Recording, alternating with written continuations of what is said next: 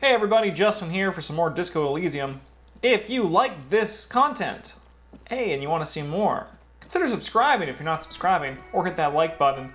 It all helps very much. We're going to dive right back in and see what's happening.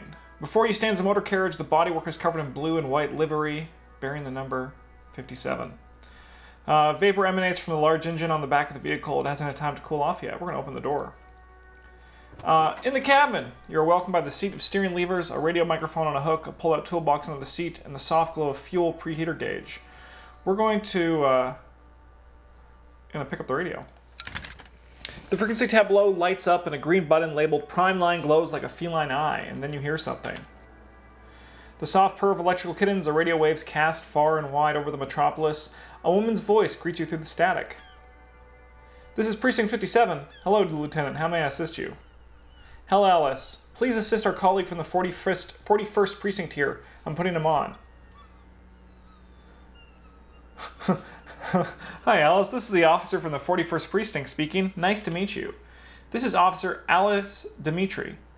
Precinct 57, how may I assist you? A voice replies in the radio.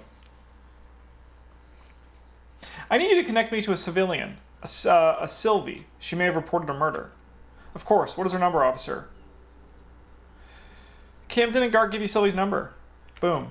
Yes, hold on. The lieutenant takes a look at his notes. Her number is 5-1944-298. Received. Hold on, officer. Do-do-do-do. Do-do-do-do. Do-do-do-do. Lieutenant Kitsuragi slowly begins to tap a little rhythm with his right foot. Quite a lot of time has passed. Do-do-do-do. Do-do-do-do. Do-do-do-do. Officer, she finally returns to you. I have Sylvie Malakia on the line for you.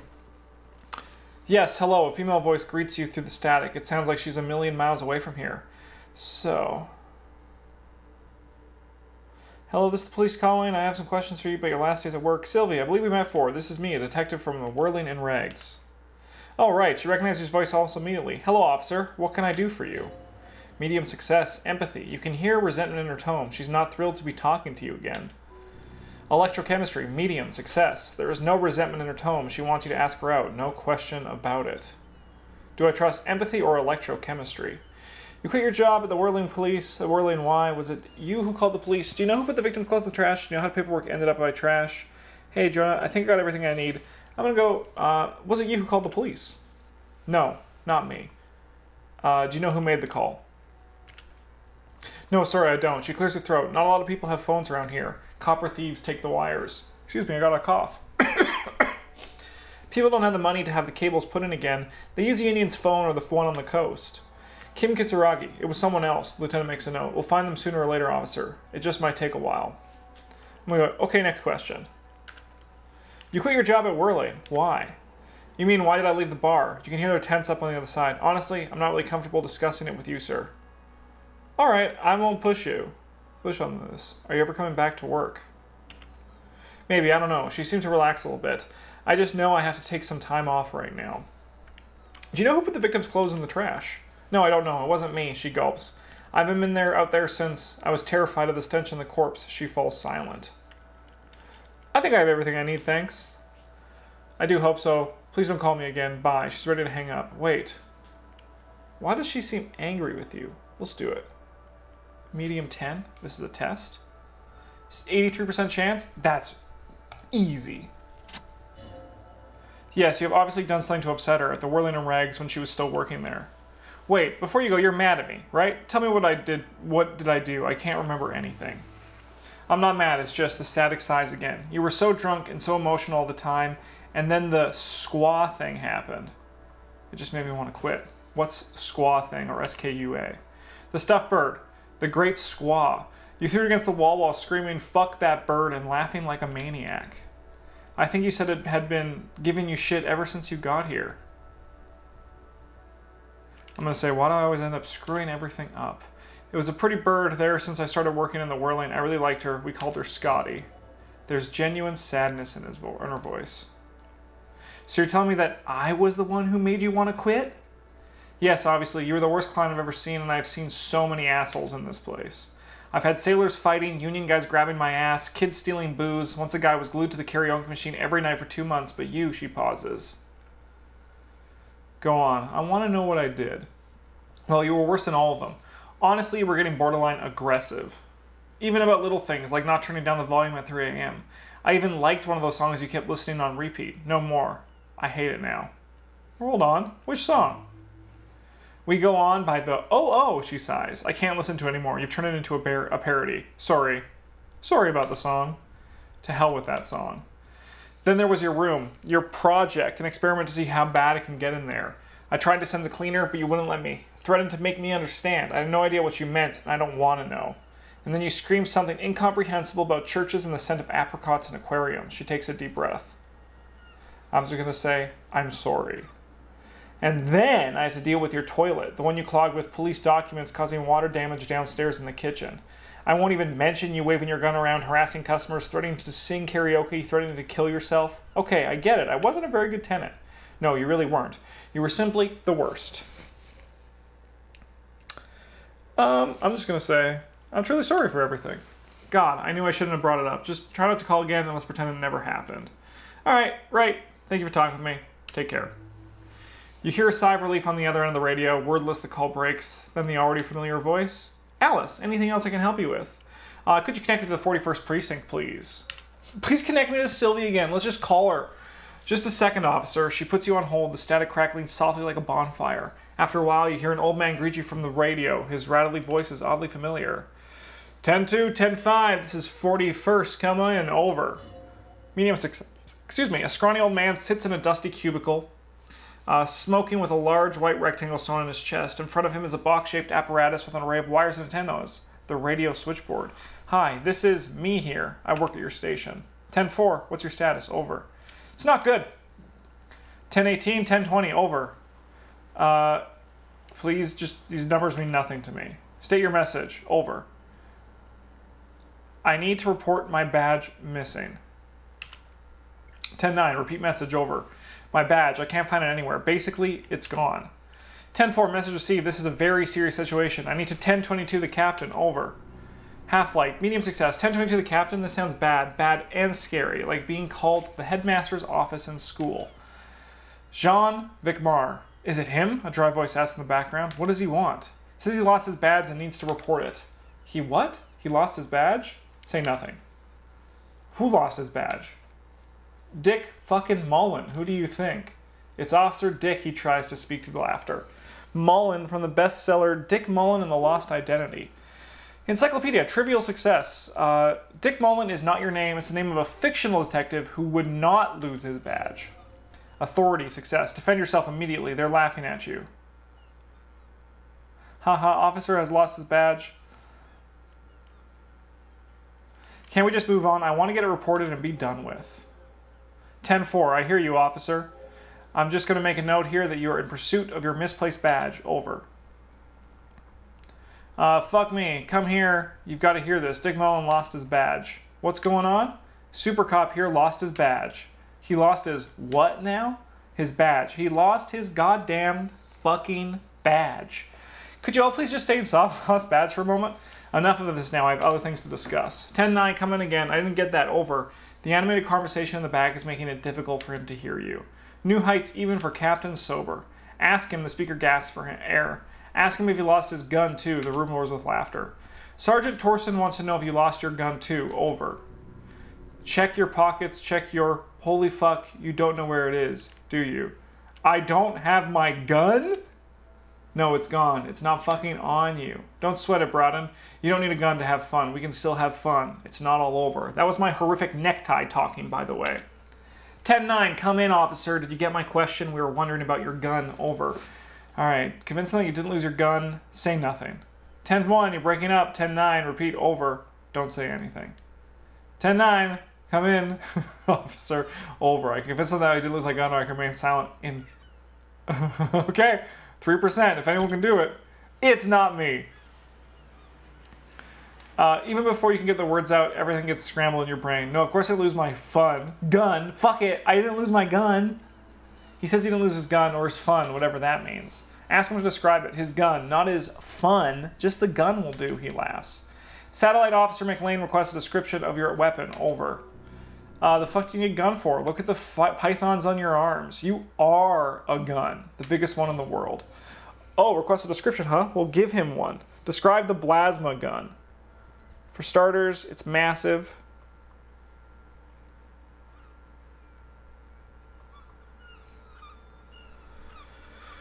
I'm gonna just say, look, I don't have it, all right? He says he doesn't have it. Dear God, he lost his gun. Oh my, I can't heed. The man succumbs to laughter again. This isn't really a laughing matter. Mac can face the giant of Coco Nerve by himself, but Disco here made him piss his pants. Oh, I can't. Fuck. He lost his... Ask him if he still has his wiener. I'm not going to. Ask him. Sergeant Torson here is wondering if you're still in possession of your genitalia. Over. Now is a good time to say fucking ass and so on. That'll make this alright. I left it at his mama's after I fucked her ass all night. I don't need to listen to this. I'm just gonna say, yes, I lost my wiener too. Just lay off, okay? He acknowledges your joke and asks you to lay off. Lay off? Lay off. Tell him to lay off when he retrieves the goddamn police property that he's been entrusted with. Satellites officer. I heard it. I'm on it. 10-4, affirmative. Officers in pursuit of his firearm. They're static. Oh God, The man is fighting back tears. Officer, do you need further assistance? I am in dire need of financial assistance. 10-4, I hear you, but I don't have the authority to grant your request, but what does he want now? He's asking for money. Is he fucking kidding? I don't think he is. Don't give that asshole anything. He's just going to drink it all. All right, the officer turns back to you. There's a negative on the additional funds, sir. Over. I'm just going to say it is paramount to the investigation that you grant me more money. He says it's important to the case. He isn't getting a red cent. You can tell him that. Request denied, sir. Over. Please, I'm begging you here. I don't even have a place to sleep tonight. Okay, I heard you. No funds. All right. This might sound odd, but there's personal. I hear you. Relay your question. Wait, before you say anything stupid, think through it. What's there to think about? I need information, not fear. Be smart about this. Ask if he's there alone. 10-4, sir, I'm not hearing your question. The radio operator inquires again.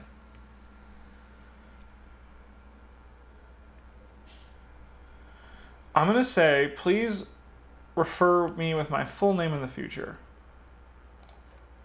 10-9, repeat message, I didn't get it. Stop calling me sir. Just use my real name, goddamn will you? What is it? What can he possibly still want from us? He seems intoxicated and keeps asking me to call him by his name. Mullen's drunk and emotionally aggressive, that's new. Wrap it up, don't indulge in his drunken antics. Alright, bye. I'm gonna go, that's all for now. Roger that, 10-10, over and out. The static ends with a loud click, then everything is silent in the cabinet. 18 kilometers to the south in the 41st Precinct's relay booth, a small crowd is gathered around communication. Officer Jules, Old Boy Perdue, around a dozen cops. The small room is filled with cigarette smoke, abuzz with laughter. When Officer Judith Minot enters, her left arm is in bandages and her hair trimmed short. What is going on here? Did something happen? She asked. Startled, Jean Vicmar turns to her and says, what happened is my partner made contact. It's not good. He's lost his badge and his sidearm. He seemed confused, delirious even. He stops to think. Mac the Torso Torson is finger fucking his fist, laughing horrisously and apparently telling some dirty story to his partner, Chester McLean, near the entrance. Suddenly he interjects, yeah, Mullen was fucked all right. Sounded fucking drunk to me. The tall ginger on his right still has tears of laughter in his eyes. Yeah, Mac's right. This is some gnarly shit there. I mean, before he started begging for money, it was... Satellite Officer Vicmar bites down on his knuckles. Enough, he shouts across the room. The commotion dies down. All eyes turn to him. None of this is funny. It's fucking sad. That's what it is. He's a cop. He's one of us. God damn this. Minot looks down at her neatly polished black shoes. There's a quiet firmness to her voice when she speaks. We must help him. Yeah. How do you fucking plan to do that, huh? Get him off the drink? Go jogging with him in the morning and get him on carrot juice? He's a lost man. I just know we can't give up on him when he's at his weakest. He wouldn't... The crowd in the room has started fidgeting comfortably. Someone's trying to slip out unnoticed. Mac manned the door. He gestures Torson to block the doorway, then turns to Minot. You know what he told me? I don't want to get better. I want to get worse. Those were his words. He sighs heavily and turns to address the room. This shit does not leave this room. Not a word of this to Captain or anyone else. We'll give him a couple days to pull his shit together.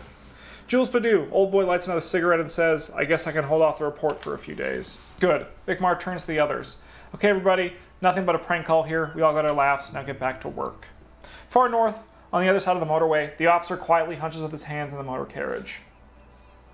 All right, I'm just gonna take a drink of water to hydrate. Let's pull out the bullet toolbox. A metallic drawer slides out from under the seat and clicks into place. The tools are neatly organized. Take what you need, officer. It's going to be a long case. I'm not protective of my tools like some men are. He's clearly a little protective of his tools, but what can you do? Work is work. I'm just going to take the chain cutters. Oh, and the pry bar.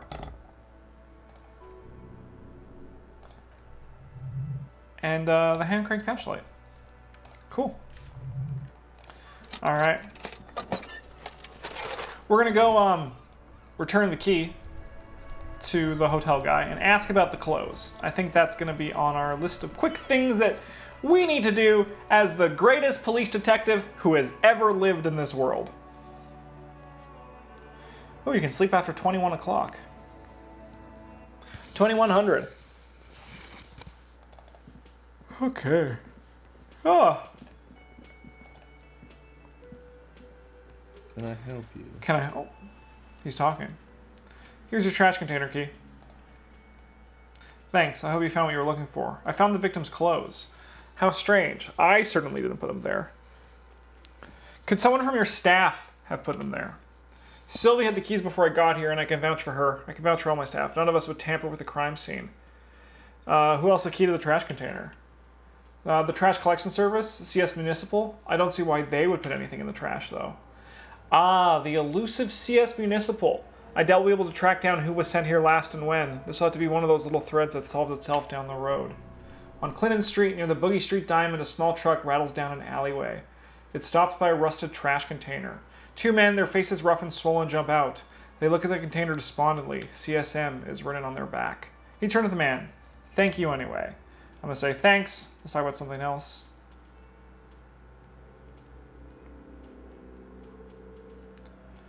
We're just going to leave.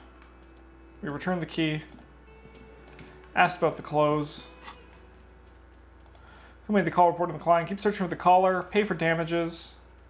Who put the clothes in the trash? Ask Kuno. We can ask Kuno. Track down our badge. And track down our gun.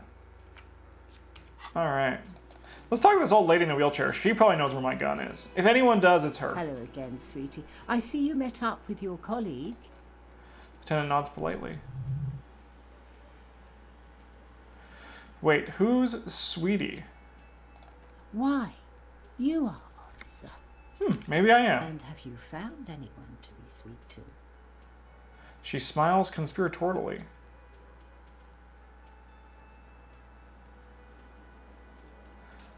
No, I'm done with mating rituals this time around. The good part, sweetie. I know it's none of my business. I suppose all of us do at one time or another. I don't know what I'd do without morale. Man, these people are all so quiet in comparison to Kuno, so we're just going to pump it back up. You must forgive me. I'm getting so scatterbrained, I completely forgot to introduce myself. I'm Lena. My husband Morel and I are staying with our friend Gary just down the street, but I come here for tea when they're away. Her eyes glimmer over the rims of her glasses as she looks up, smiling. This is Lena is wacky enough for the motley crew, hire on the spot.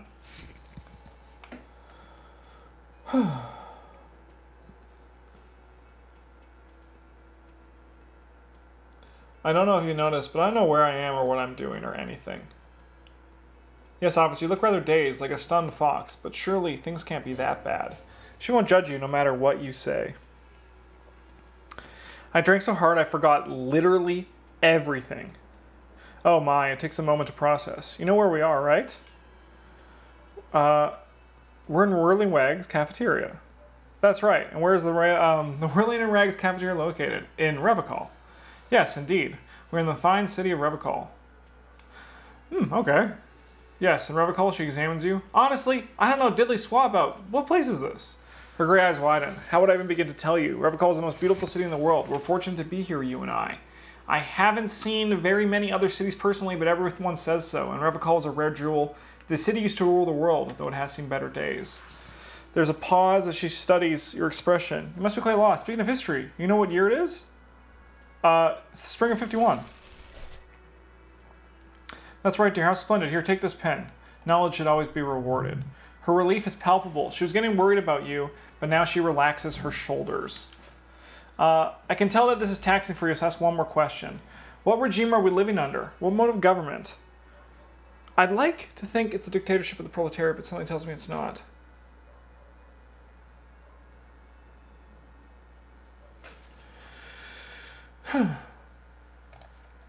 Oh, sweetie, she smiles a sad smile. It's really not. There used to be people who thought that way, other people who wanted things, but they all went extinct. Revocol is a zone of control led by an alliance of foreign powers called the Coalition. We have almost no government of our own, and certainly no dictatorship of the proletariat. If there's no government, how come there are cops? Oh dear, she shakes her head suddenly very worried. Enduring so well. There aren't any cops in Revocol, not in the traditional sense.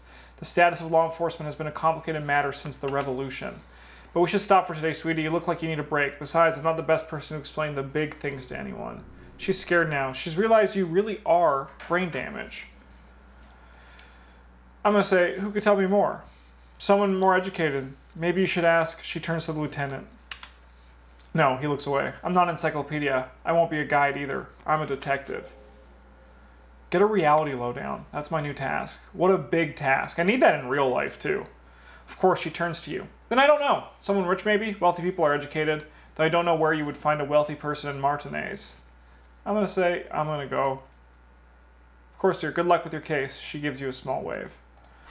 Alright, so we got a small green pen. Oh, a little ape! Nice. Alright. Well, get a reality lowdown. That's a huge thing. That's huge. This is too much. There's so much going on. But let's keep it going, shall we? I wish I wasn't so dumb, but my character is dumb. I suppose I also should look at the stat screens to see what each one of them means. Especially, I'm actually interested in this half-light. Let the body take control and threaten people. So this is, I don't trust this one. I mean, he's pretty big, but we're not going to trust him yet. All right.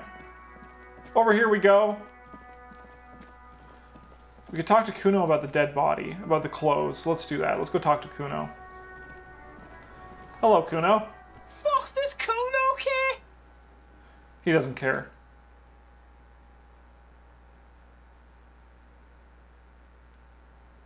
I'm going to say about the crime scene. You kids ought to play in this yard, right, pig? This is where Kuno plays with his little wooden choo-choo. Fuck do you want with it? The dead man's clothes were in the trash container. How did they get there? Yeah, Kuno doesn't know shit about that shit. That shit is beneath Kuno. Alright. We're just gonna go. Bye, Kuno. No, Kuno, I don't like you. Alright. Well, I know I have a pry bar, and I'm gonna use that over here.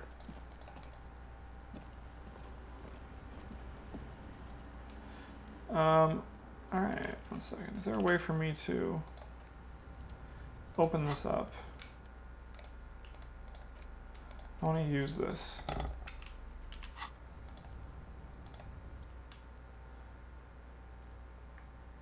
What is this? It's nothing.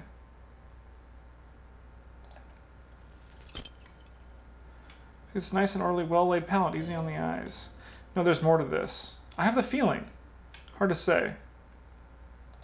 Okay, I guess that wasn't the way to do it, so I'm just gonna put this back in here. Alright. Well, let's explore over here, over this area. I can't get in there. Alright, well, we're just gonna walk around the city for a bit. We gotta find my gun, but I don't really want to tell people I'm a policeman without a gun. But then again, like, I'm just a dumb little drunky guy, so let's go up here. Who are you? I remember you. Hello again, officer. How are things? My partner told me you have some ammonia. Can I have some? Sure, I'm done with it. She takes a small capsule out of the breast pocket and hands it to you. Alright, I have to run. Thank you! Let's use some ammonia on the scene.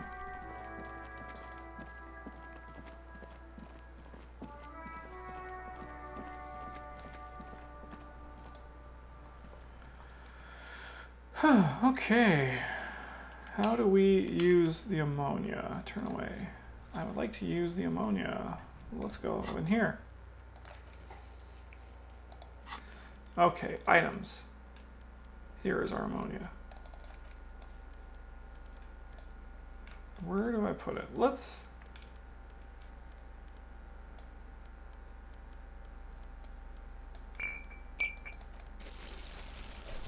okay, well.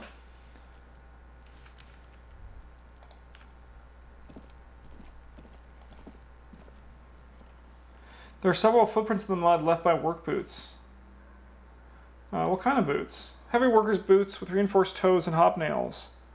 Visual calculus. Boom, 70%. Nailed it. Wow, I actually did it. Maybe more than 12. No, 8 pairs of boots have shoveled back and forth this mud. Go over them one by one. 1. Standard work boot. Steel and tar number 46. Steel work toe. Reinforced toes number 44. Hobnailed work boot. Steel reinforced toes number 43. Standard work boot, no, 45 or 46. Wait, which is it? You don't know. It's a miracle you can tell the prints apart. The cold must have preserved them. Count more.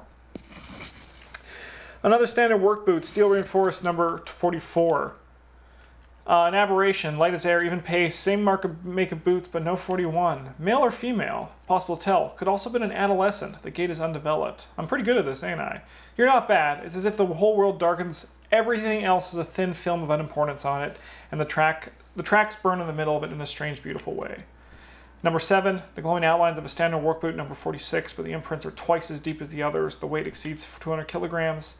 And yet another standard work boot, number 44. There's an aberration in the pattern of the sole, however, the right sole is smoother, more worn. How many? The lieutenant's been tracking your eye movements. 8. That's pretty off then. I counted 20. The same guys are going back and forth. I never got the hang of it. Hyperopia. He points to his glasses. Do you see anything out of the ordinary? I'm going to say light step 41. A woman or a kid? Could be a woman. Okay, how do you know? He knows it's hard to discern sex from a person's gait. I don't. Understood anything else? A heavy one, 200 kilogram foot imprint. 200, he thinks for a moment.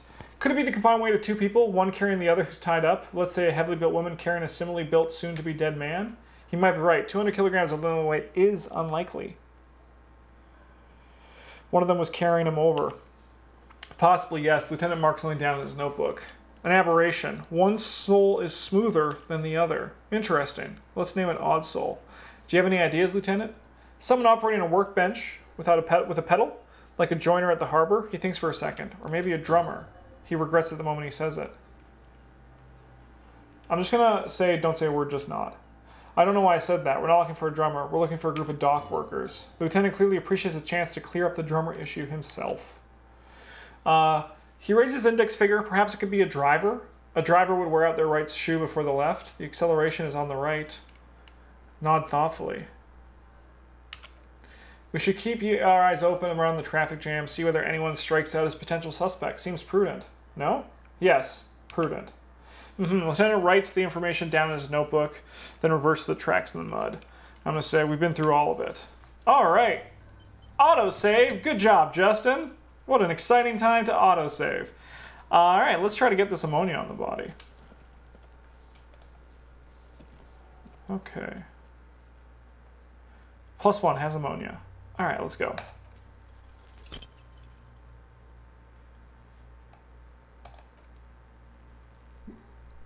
Oh, no, threw up again.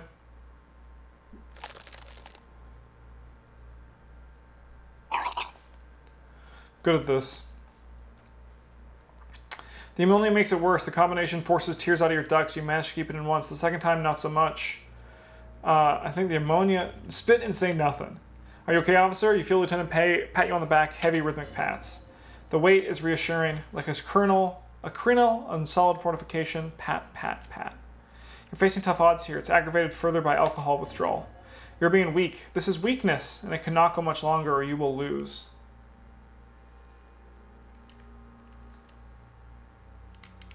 I say, give me a moment. I got this. Let's try this again. An appropriate attitude. He withdraws his hand and looks you in the eye. You need to get your shit together. Say nothing. And nod. We should go talk to locals. Find something else to do while the wind changes. It's pretty bad right now. You've received a thought. When this dialogue is over, go to your thought cam in the bottom menu and equip it. Give it a half hour, get yourself together, then come back. I'm going to turn away and leave. All right. Let's call this episode here. Let's quickly just equip this thought. Internalize. Can I internalize this one too? Boom. I don't know what this does, but we're gonna try it out. Thanks for watching, everybody. See you guys in the next episode. If you want to see more Disco Elysium or you want to see more games on the channel or anything, just let me know in the comments or like and subscribe. It's very helpful stuff. See you guys in the next episode. Bye!